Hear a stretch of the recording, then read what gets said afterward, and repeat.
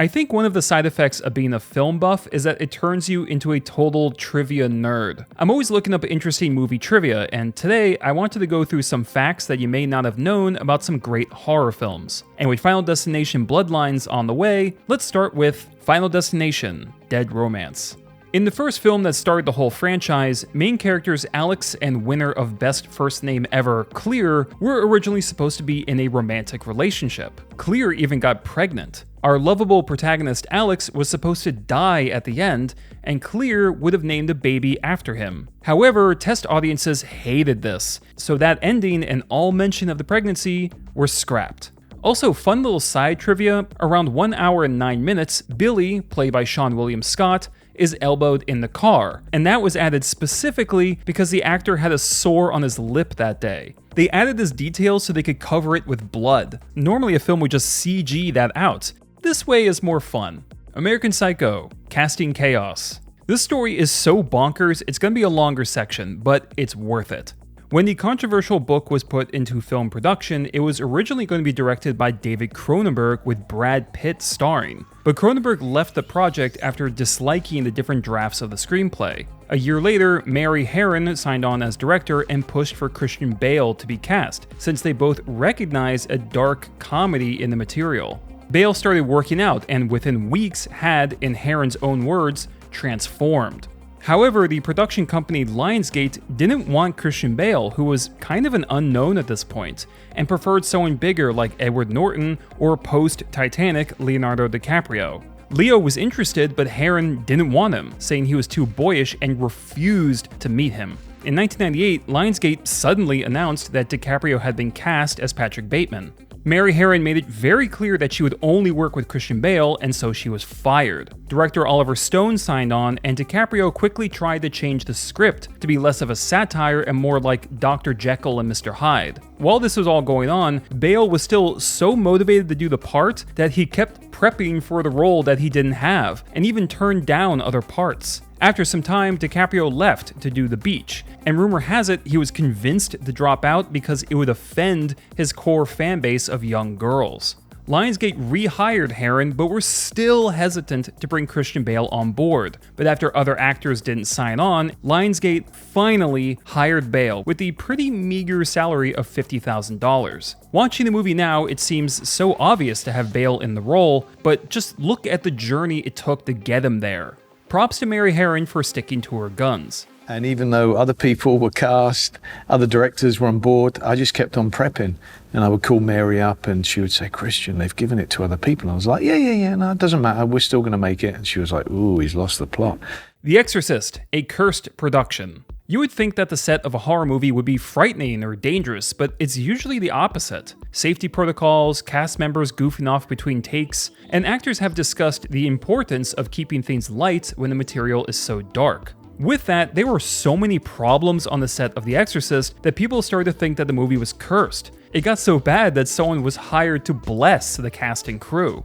How bad was it? The film was supposed to be shot in 85 days, and due to injuries and other delays, it took over 200. Shooting was delayed 6 weeks after a bird flew into a circuit breaker on the main set that started a massive fire and burned every set except Reagan's room. You know, the one where the demon hangs out. Ellen Burstyn suffered a terrible back injury when she was thrown backwards by Reagan. This was the take used in the film, and you can watch her actual pain in horrifying real time. The actress fractured her coccyx, couldn't film for 2 weeks, and had to use crutches for the rest of production. Linda Blair was also badly injured during the scene when she's first possessed. She was inadequately strapped to the bed that was rocking around. She fractured her lower spine and developed scoliosis as a result. This take is also the one that you see in the film.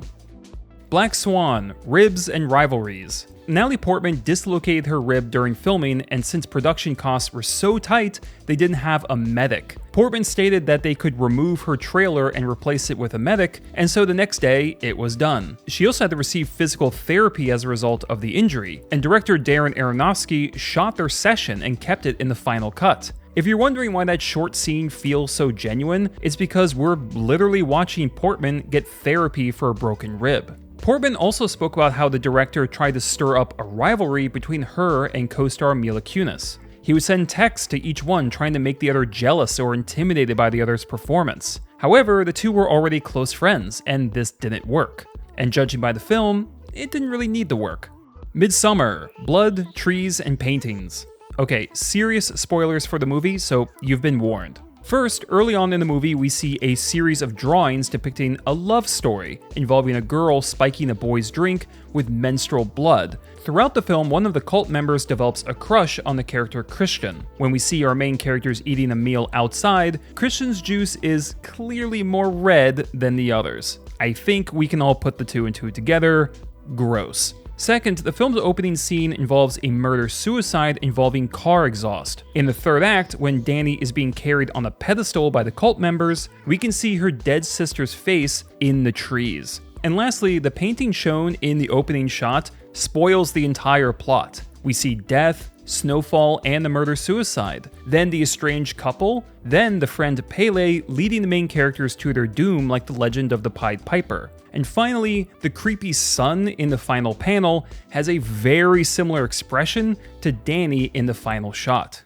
Climax, Freeform. Directed by Gaspar Noé, Climax centers on a group of dancers who are snowed in during rehearsal, and someone spikes the sangria with acid. What follows is a wild 2 hours of bad trips, violence, and extended dance sequences. It is pure mania, and much of that came from the amount of freedom bestowed by the director. Not only did the majority of the cast have zero acting experience, but they weren't even given lines at first. They were asked to come up with their own behavior as if they were high, and then continue to shape their characters. Which of the people here were they attracted to? Who would they want to fight? These questions led to many of the dynamics we see in the story. At points, the director had cast members chatting with each other, fully improvising, and then would just leave. There is a long take in the beginning of the film that features a choreographed dance. Much of the choreography was created and altered by the dancers themselves. And before it sounds like a completely loose or unstructured film, the amount of coordination in these long takes is really something to see. That's not trivia, it's just a crazy movie and I like it. Okay, these next few are gonna be quick, kinda like a lightning round. The Host, Breaking Trends. Director Bong Joon-ho lamented at the fact that monster movies are looked down upon. Considering his previous dramatic work, a monster flick seemed like a big departure for the director. His friends told him, quote, "Don't do it, don't waste your talent." And as a result, he worked on the script in secret. Bong Joon-ho mentioned that in most of these kind of movies, it's the scientist or the muscle-bound hero that saves the day. And here, he wanted the heroes to be everyday people. In this case, a family that argues constantly. He also purposely pushed against the trend of waiting a long time before seeing the monster. In this case, we get an epic attack scene 13 minutes into the film. Silent Hill, Where are the Men? Christoph Gans had his script rejected by producers in Silent Hill because there weren't enough male characters. This is why Sean Bean's character has a whole subplot throughout the film. And in my opinion, this is what drops Silent Hill from a great movie to a good to decent one. Apparently, it was just one of those producer notes that you could not ignore. Many of the monsters were played by dancers so they could perform disturbing movements. Also, when the nurses first wake up, they were filmed walking backwards, and then were shown in reverse, leading to their very odd way of walking.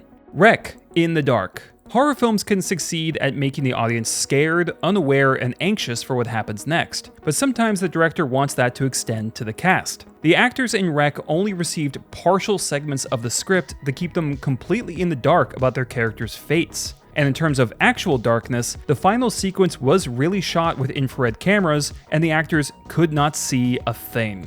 And last is The Conjuring, rated R for really scary.